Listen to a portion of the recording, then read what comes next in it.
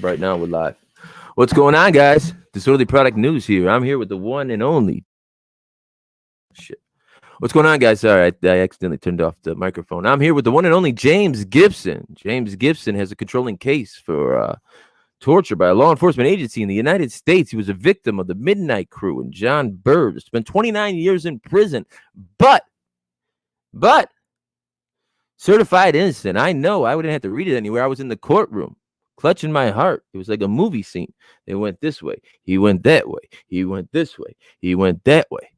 And finally, he certified him innocent, which that means in the state of Illinois, you can petition for innocence. What's going on, guys? What's going on, Chuck? What's going on? I'm sorry I had to go live a little bit early. What's up, Captain Redbeard? What's going on, Jose? TPH victims, my man. Funny Eyes, what's the word? I had to go early. I know I said 5 o'clock, but we're going a little bit early. So what I was telling you guys before you drop down here, this is the man right here who's got the controlling case in the United States for torture by a law enforcement agency. He was tortured by the Midnight Crew. That's what they called them in the papers. The media gave them the name the Midnight Crew, led by John Burge. Now, we can't talk about that story right now. That story's gonna come out. You can imagine if you're the case law for torture, there's a lot of red tape, and you just can't say anything you want. Things, but James has a lot of exciting things going on right now, and he's going to tell us about some. James, tell us about some of the exciting things you got going on right now. Well, first of all, what was exciting for me today was I voted early, and I want all the people to vote, to know that this is a very important election, and that voting, if you don't vote, don't complain. If you complain, then don't vote. That's right, my man, James Gibson. And what else, James? Anybody who's got questions, we might be able to answer some of them. We definitely cannot answer all of them because it's just, you gotta wait. So to answer that other question about what I got going on, I just started my own publishing company, James Grant Publishing, and entertainment, and I'm doing this clothing thing. And right now, I'm getting my office together. It's for those who want the address, to send information or well wishes. You can locate me and contact me at 55 East Monroe Street, Suite 3800, Chicago, Illinois 60603. I'll put that up in the description afterwards. It's 55 East Monroe Street, Suite. If one of the moderators, I don't know if I have any moderators in here. Who do I got in here? My two Beagles, can you put that up? Can you write that so I can put that at the bottom of the chat? Because one of his supporters mailed him a planner, and James came here and he showed me his planner. So now he's able to plan his days. I promise you, every time I talk to him, one day, he said, oh, guess what? One of the presidential candidates asked me if I could go on the campaign trail with them. I'm not going to say which candidate it was. You guys decide. You figure it out. He got that going on. The next day I call him up. He's going to St. Louis to help somebody who's in prison. Who was wrongfully convicted. He's got so many things going on. He should be bitter. He should be angry. He should be mad. He's not. He says America's the greatest country. The shades on his face, they're not to look cool. He was in prison for 3 decades. His retina's deteriorated from artificial sunlight. So what else, James? You got something else. What are the decals? Well, I'm about to release some decals, and I'll be giving the public more information on that at a later date, and a new hashtag with that. Yeah, we don't want to give the hashtag right now. The decals are going to come out, and it's just a way to support James if you want to support him, right? Because James doing amazing things. I think he's post conviction. Now I don't know the law like James does. James will start making your head spin when he starts talking about appeals and post convictions and because that's all he did. He didn't play chess, he didn't play checkers, he didn't play spades. He was in the law library. Not only that, he was the guy helping everybody else with their cases. And since he's came out, he's kept on reaching back and pulling people that were wrongfully convicted. Once I tell you his story, I'm telling you, it'll blow your mind. Playboy did an article. What year was Playboy's article? I'm not quite sure. I got it over here in the bag. Hold on. I think it was in the 90s. The Playboy did an article called Area 2. Just Google John Burge. Google the Midnight Crew. I can't tell you the specifics of James' case, but his story is going to come out. It's going to take a little bit, but it's going to come out, and it's jaw-dropping. There are 4 points in the story where, this is a guy from the south side of Chicago. A double homicide happened, and there's 4 points in that story that have you clutching your heart like, what the did that just happen? It's unbelievable. I could tell you about some of the stuff. James can't. And but that's James' story, and I don't want to take too much. Go ahead, James. They want to hear you talk. My bad, Barry. Well, first of all, I'm so proud to be here today. My birthday is in 20 days. You know what I'm saying? And they can't hear you, so stay close to the mic. First of all, I'm so proud to be here today. My birthday is coming up in 20 days, October 21st. Like I said, at all times, I'm so proud to be an American citizen. The courts has finally spoken. The first case in the country where they ever ruled that an African American has been tortured, collaborating, proven since the abolishment of slavery. Okay, look at this. So this is the Playboy article. Area 2, Police Commander John Burge tortured dozens of Chicagoans and got away with it until now. So that's what it is. If you look at that right there, that's the article. That's that little telephone box there. That's like a box that you use if you were in Vietnam and you were in the field, and if you attach the little alligator clips to it and crank the wheel, it gets about 100 volts of electricity. And if you put that to a man's 100 volts of electricity hurts. It hurts.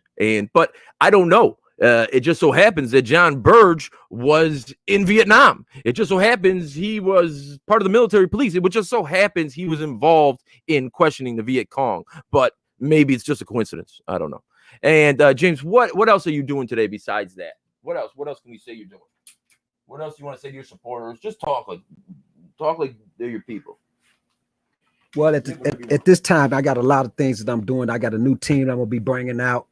And we're going to be setting up a press conference talking about my new teams. And I got new alliances with a center for wrongful conviction. At this time, I can't tell you which center it is because my team want to bring that out to the public.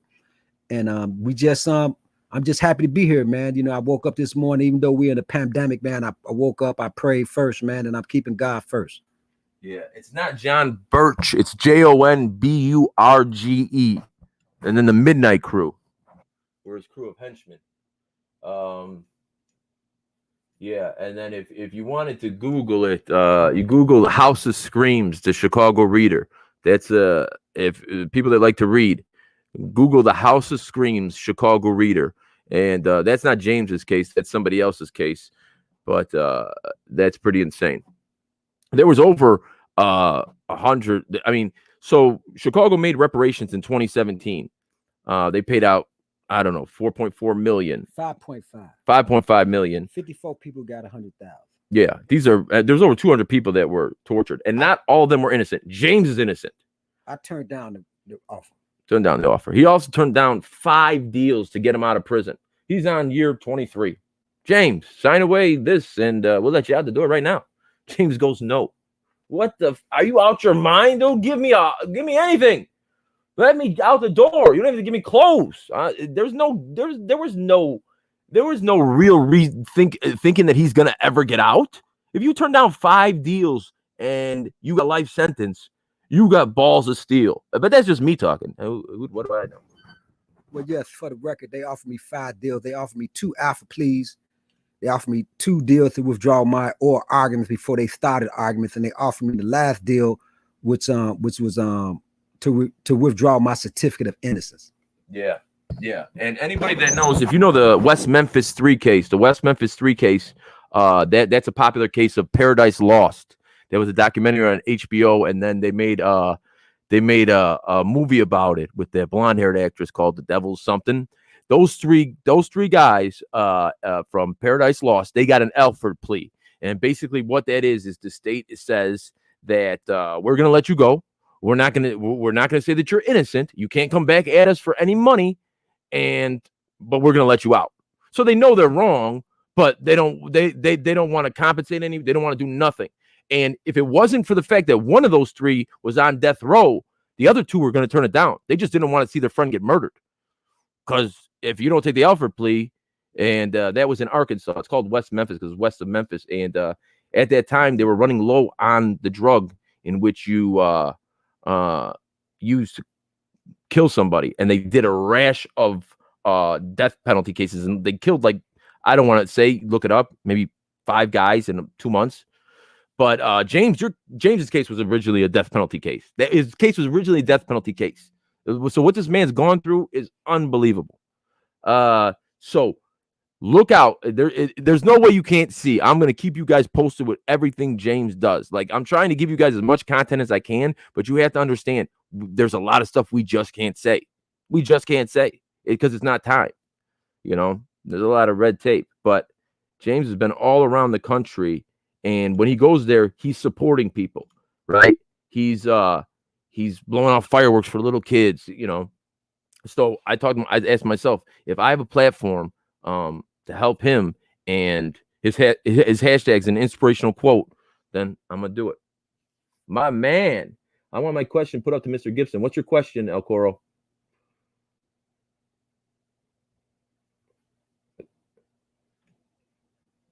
You could smell the pot from here. There ain't no pot in here, but pot is legal in Illinois. Frank the Tank. What's your question, El Coro? Let me look it up. My question is, how does James Gibson feel about outliving his torturer? He can't talk about that. He can't talk about that. But I'll tell you this: James is not that he's not going to give you the answer that you think you want to hear. He's not going to be, oh, good, I'm glad. You know what I'm saying? But he's not going to talk about that. Let me just say this about that question about how do I feel about me outliving my torturers. That's not for me to really answer, man. Let the dead bury the dead, man. I'm not a resentful man. I'm not mad at anybody, man. I don't believe that all officers are bad. You know what I'm saying? My sister's a Chicago police officer. My brother-in-law is a Chicago police officer. My cousins are Chicago police officers. Not all officers are bad. You know what I'm saying? And I'm not on here to smash police officers. You know what I'm saying? I know that the country is in an uproar right now with all these unjustifiable shootings, etc. You know what I'm saying? I believe in court of law. I believe that this is the greatest country on earth. I believe that if you commit a crime, you break the law, that you should go to jail. I also believe that you should have your day in court, a fair trial upon the equal protection of the law. So to answer your question about how do I feel, to God be the glory. You know what I'm saying? They got to deal with that with God and man. That's not me to call. Yeah. See, that's the answer you're gonna get from James. James ain't gonna get in that woo off the bam, that rah stuff. He's just not like that. And think about that. If James is willing to say not all officers are bad, listen, I don't think all the officers are bad either. I think fucking Capella, the motherfucker, yeah, he's bad. He's a bad officer, right? And now my documentary about him will come out. But James got a sister that's a CPD officer, so if he's willing to say not all officers are bad. We're in Chicago. We're in the place that's on your nightly news every single day. We're in where it's at. So, and he's, you know, case law for torture by a law enforcement agency, CPD. If he can say that, then. But let me also just say this so that people get a clear understanding. My case was overturned 3 times. The second time it was overturned because all of the officers that was involved in this case, they pleaded the 5th. And the judge didn't draw an adverse interference to them pleading the 5th. The third time that I was reversed and remanded, vacated conviction is because I'm the first case in the country where it was collaborated and proven. So I'm saying, for legal reasons, I can't go into all the details and evidence, but I'm the first case in the country where appellate court, a Supreme Court in any state has mandated, collaborated, and proven since the abolishment of slavery. Yeah, and that's in the he has got a couple famous press conferences, and that's in the press conference. So he's not saying anything that anybody else doesn't know. Right there, James Gibson, 55 East Monroe Street, Suite 3800, Chicago, Illinois, 60603. Where's the planner? Show him the planner games. Yeah, but I want to thank. He gets so happy about the little things.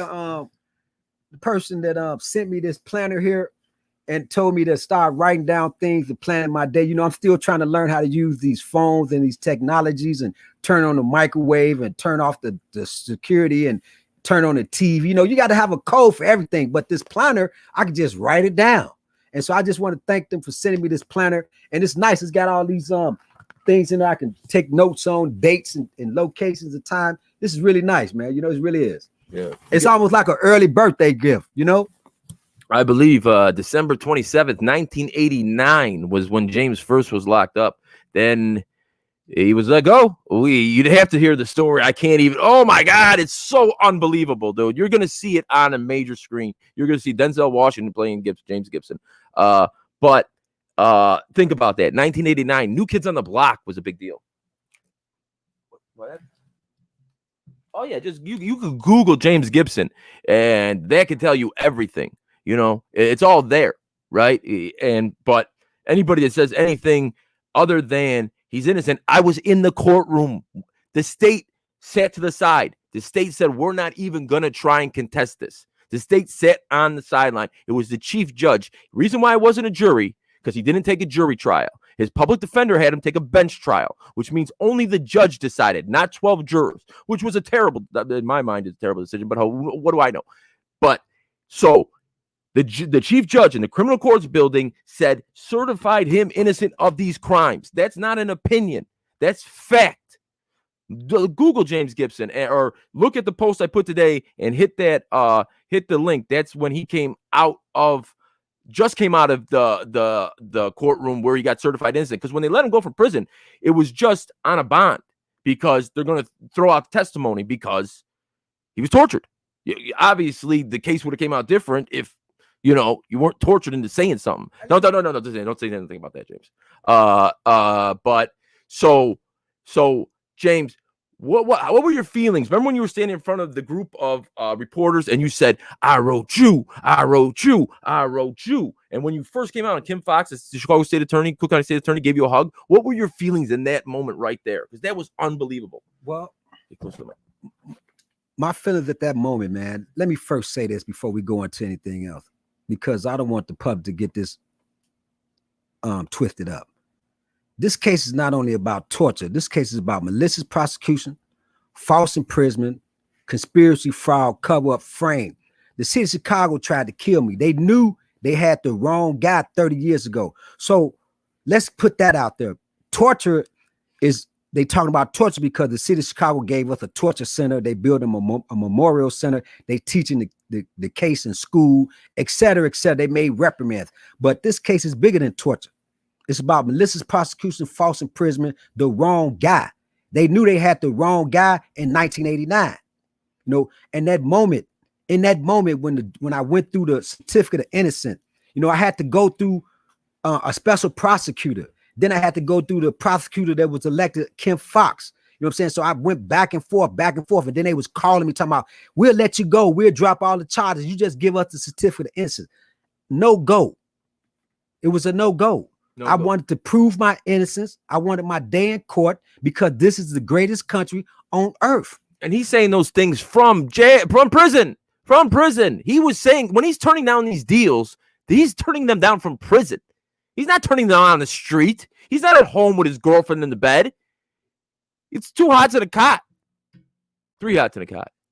I'm going to tell you something else. Don't get too wild, James, about this court case, though. These people, I know you're in the emotions right now. They wasn't playing fair. But real quick, hit that like button. Hit that like button, guys, so everybody gets on here. We got 100 people watching. I want to hit that like button. Go ahead, James. They wasn't playing fair, but the thing that they didn't know about me was that I was prayed up. Yeah, it's prayed up. It's prayed up. And the story, oh my God, the story will give you goosebumps. It will give you goosebumps.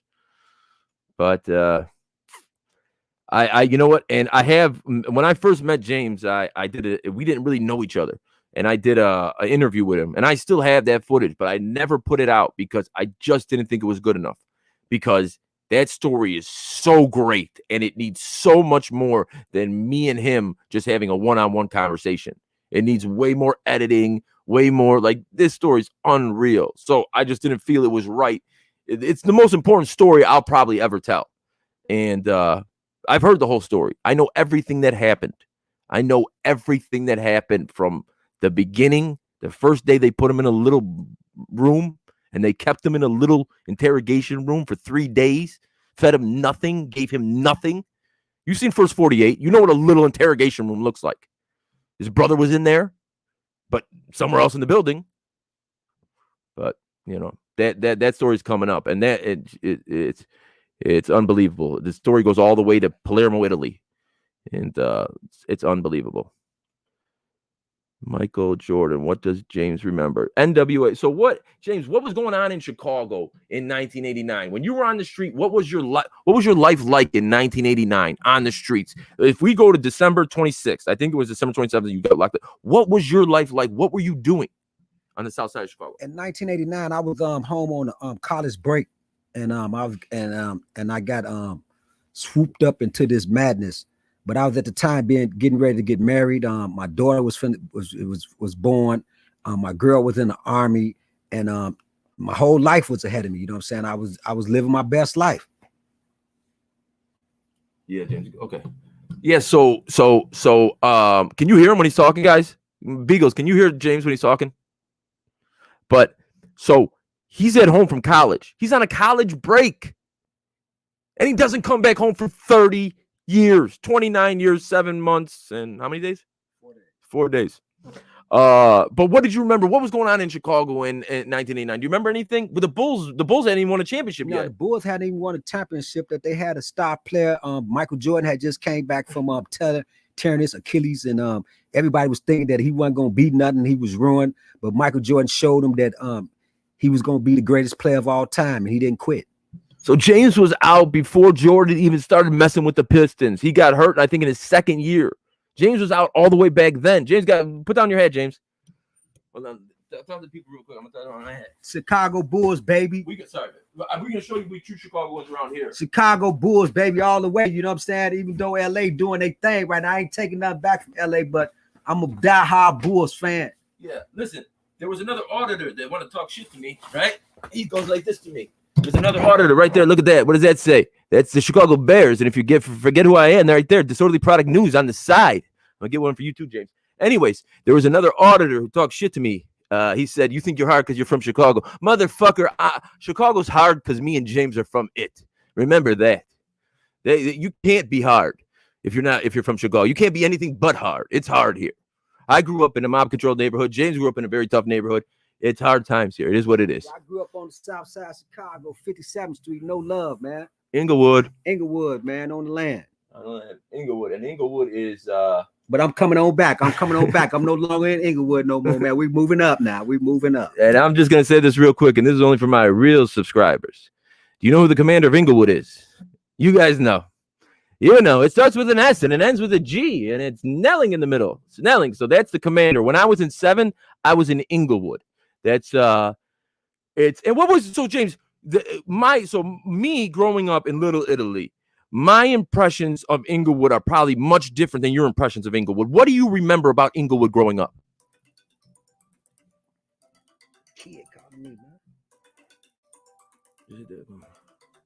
What do you remember about Inglewood? I don't want to taint you with what I'm going to say, but you tell me what you remember about Inglewood. What kind of place was it?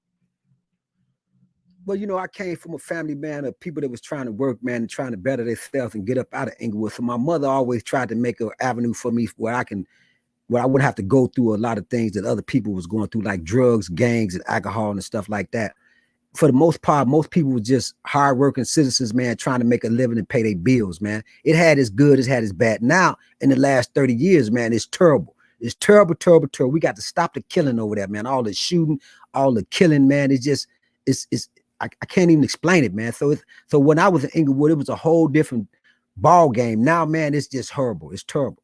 So in 1989, and from 80 to 89, you growing up, 75 to 89, you growing up, Inglewood was a much closer knit community. It wasn't what it is right now. No, it wasn't what it is right now. You didn't have all this shooting and killing like it is now. I mean, crime has always been here. Make no mistake about it. I'm not saying that Inglewood was Alice in Wonderland or something like that. I'm just saying that it wasn't like it is today. You know, so they had values, they had morals, they had principles, rules of engagement, respect. You know what I'm saying? All these kids weren't getting shot.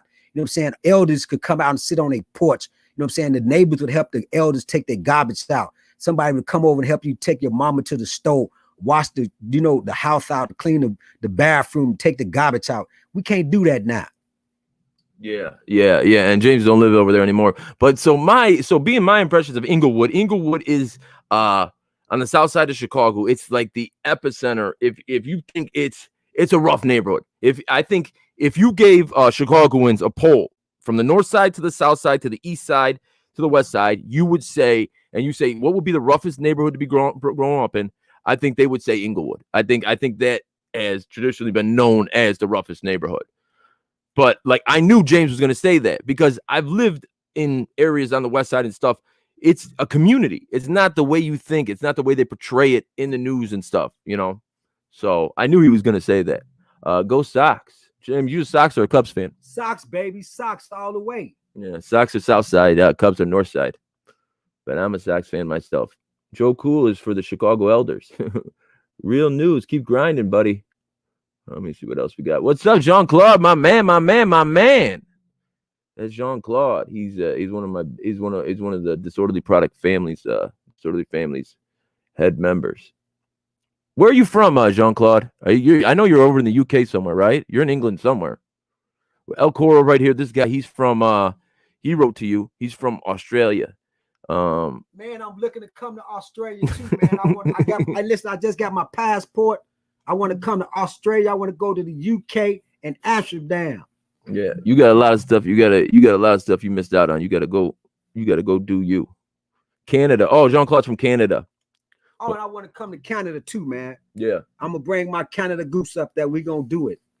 I seen his name's French, but they got a French, like Quebec is French. There's a lot of French in Canada. So that's why I saw the name. Queenslander. So he's from Queensland. Queensland's in Australia, I think. Why did they pin this on you? Well, okay, so he can't answer that, obviously. There's certain things called they're burner cases. There's certain cases that are called burner cases, and what those cases are cases that directly affect City Hall. Understand that Chicago's murder rate, them finding who killed somebody is 20%. So that means 80% of the time they don't find the murderer. But if it's a burner case that directly impacts City Hall, that means it made it to the newspaper. That means somebody has to get arrested for it. That's when they bring in John Burge and the Midnight Crew. And somebody is going to be arrested for it because there is no such thing as this thing goes unsolved. That just doesn't happen. That's why. I mean, if I could say the littlest thing without saying too much, is a burner case, somebody has to go to jail for it. There's no such thing as those cases not being solved.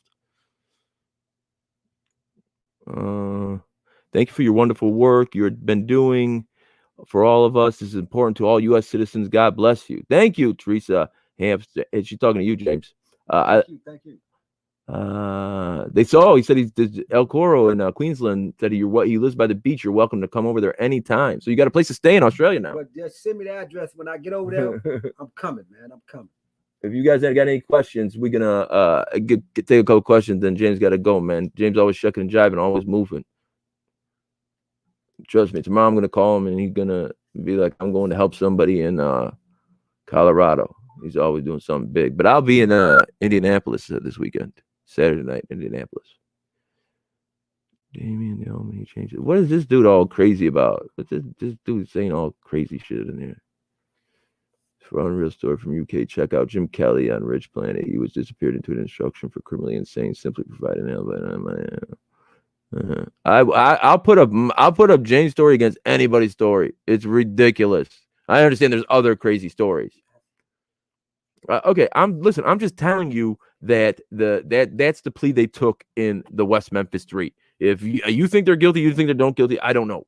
I'm just telling you it was an Alford plea that they took, and it's a plea where. Just look up Alford plea. Alford, as in the butler. Okay. Anybody got any questions? So that anybody coming in late? This thing right here. If you want to write James a card or anything, send it to that address. I'm sure he'll write you back. Knowing James, he will. And he's coming out with decals in a week or two, and then I'll have him back on. He's got a hashtag that he's unveiling. He's got a publication company. He's doing a clothing company. He's just trying to do everything. When you've been locked up for 30 years, you got a lot on your mind. Right, James? Yes, it is. Yes, it is. One of the reasons I decided to bring out the James Grant Publishing is because I wrote 3 books. And the first book is called Get Up, Time to Ride. The second book is called I Got Your Back. And the last book is called Be Cool, Be Cool.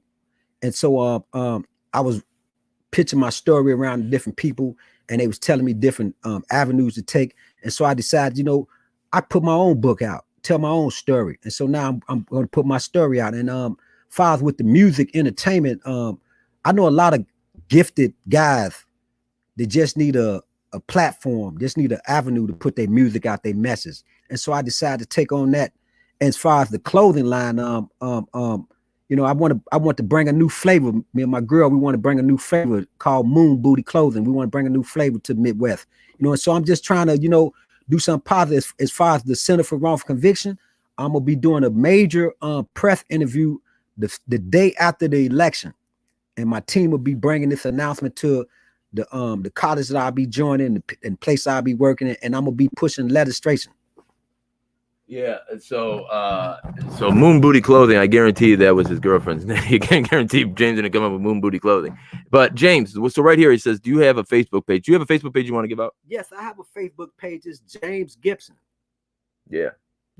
And I have a YouTube page, James Gibson. Yeah. And you can Google me, James Gibson, Chicago James Gibson. And I have a website, I am James Gibson.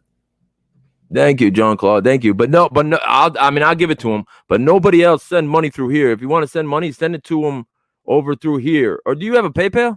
I have a PayPal. I mean, hey, listen, he's not asking for money, but I don't. If you guys send it to me, then I gotta do the taxes, and then I gotta give it to him. Like, just send it straight to him. What's your PayPal? What is his PayPal? Do you know his PayPal?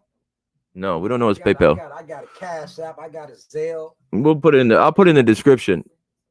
I just don't want you guys, because this is what normally happens a lot of times. People start sending me money and then telling me to give it to somebody else. But there's an exchange rate, then there's taxes, and then you guys give me $300 to give to somebody, and I only have $100, and I give them the $300, but so I give it straight to him. I don't even want to deal with it. Well, like I said before, you know, I got an office, 55 East Monroe, Chicago, Illinois, 60603. Yeah. Suite 3800. If you just go back about 20 seconds or 30 seconds, it's on the screen here. Yes, sir, in care of James Grant Publishing. I'm trying to, you know, I'm trying to get this publishing company off. And if anybody have any material that they trying to, you know, get out there to the public, I'm willing to work with them too. You know what I'm saying? And anybody got any ideas, I'm willing to listen to that too, because I'm still going through this transition. There will be that coming out soon. What they call it, a documentary. Yeah. Documentary. Yeah. You know what I'm saying? We're in the process of putting that together as well. It's just like I said before, there's a lot of red tape. He's only been out for 17 months. He got certified innocent in February. So from February to now. Yeah, it just doesn't move like that. Like, there's a lot of red tape. You just don't get out and be able to tell your story because there's other stuff going on. Right, stuff was crazy on the inside. Stuff gotten crazy even outer on the outside. What's going on? Coffee with Colada. Hey guys, Frank Colada was a famous mobster from my neighborhood. He passed away about 3 weeks ago. He tells stories on the channel right here, Coffee with Colada. If you want to hear some amazing stories, go to this channel. Amazing Chicago mob stories by a real Chicago mobster. He was in Casino. He was literally in Casino. He played the guy, the hitman that killed everybody, because he killed them in real life. And he was also his character was played by Frank Vincent, who was the head of the New York crew in Sopranos, if you could think of that guy. That's Coffee with Colada. That's a gangster from my neighborhood. He had a channel, and he just passed away from the bird flu a couple weeks ago. So go over there and subscribe, and my condolences to my man Adam over there at Coffee with Colada. 30 years inside. How did you watch traffic? How did you watch traffic going by and fast-moving objects, optical and visuals? So when you first got out, James, after 30 years, was there, like, you went into a mall and there's millions of people just bumping into each other, or was there a point where stuff wasn't normal and you had to take like a break and you were like, you had to catch your breath. Was there ever a point like that? Like, well, I'm still going through anxiety attacks, man, and I'm still seeing doctors and therapies and counselors and medication, and I'm still having problems adjusting and sleeping. You know what I'm saying? At nighttime, I'm still having night sweats and nightmares. You know what I'm saying? It's a process. It's a process, and like I told you before, the reason he wears glasses is not because he wants to look like Rick Ross. His eyes have been deteriorated from artificial sunlight. His retinas have been deteriorated from artificial sunlight. You know, he was in the Maxes. He was in the big boys. He was in Stateville. He was in Menard. He was in Pontiac. He wasn't in no run up to the fence to get the softball. You run up to the fence to get the softball, get two in the back of your head. Places he was at.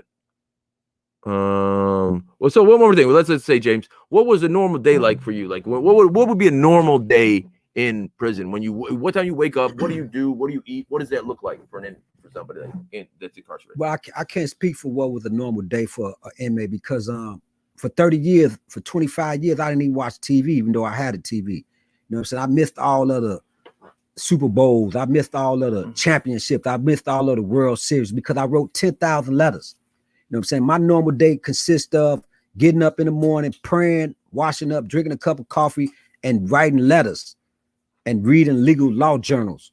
I stood by a cell door for 30 years and they couldn't break me. So that was my normal routine. You know what I'm saying? I didn't have time to watch baseball games and football games and basketball games because I was trying to get up out of there. I was trying to prove my innocence. So that was my normal thing. Now for somebody else, I can't tell you. They might have got up and started watching Oprah Winfrey or Ricky Lake show or Jerry Springer or something. You know what I mean? But when I got up, I started writing. That's Sarishi. That comes from, that's like a nicotine stain or something from I got stressed out this past week. I've been smoking too many cigarettes. That's what that's from. So because this DPN goes through stuff too. I can't get stressed out and smoke too many cigarettes.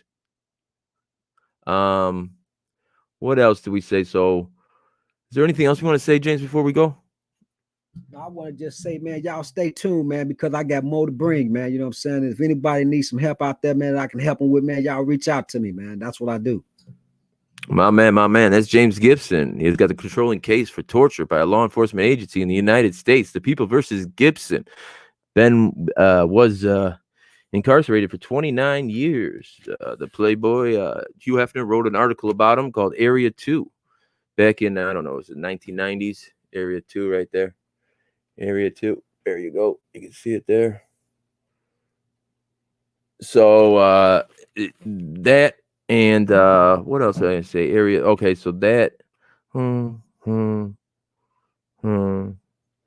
Yeah, that's about it. But when he's gonna come back on the program in a week or two when he makes these decals, and he's an inspiration. You're an inspiration to me, James. I understand. You understand that you're an inspiration to me. Anything last words to say to your people? Man, y'all be safe, man, and cover up, man. You know what I'm saying? And keep your hands clean, man. And don't forget to go out and vote, man. Yeah. Who's gonna win? The Lakers? Who's gonna win? Now the White Sox or the Cubs are gonna win the World Series. They're both in the playoffs.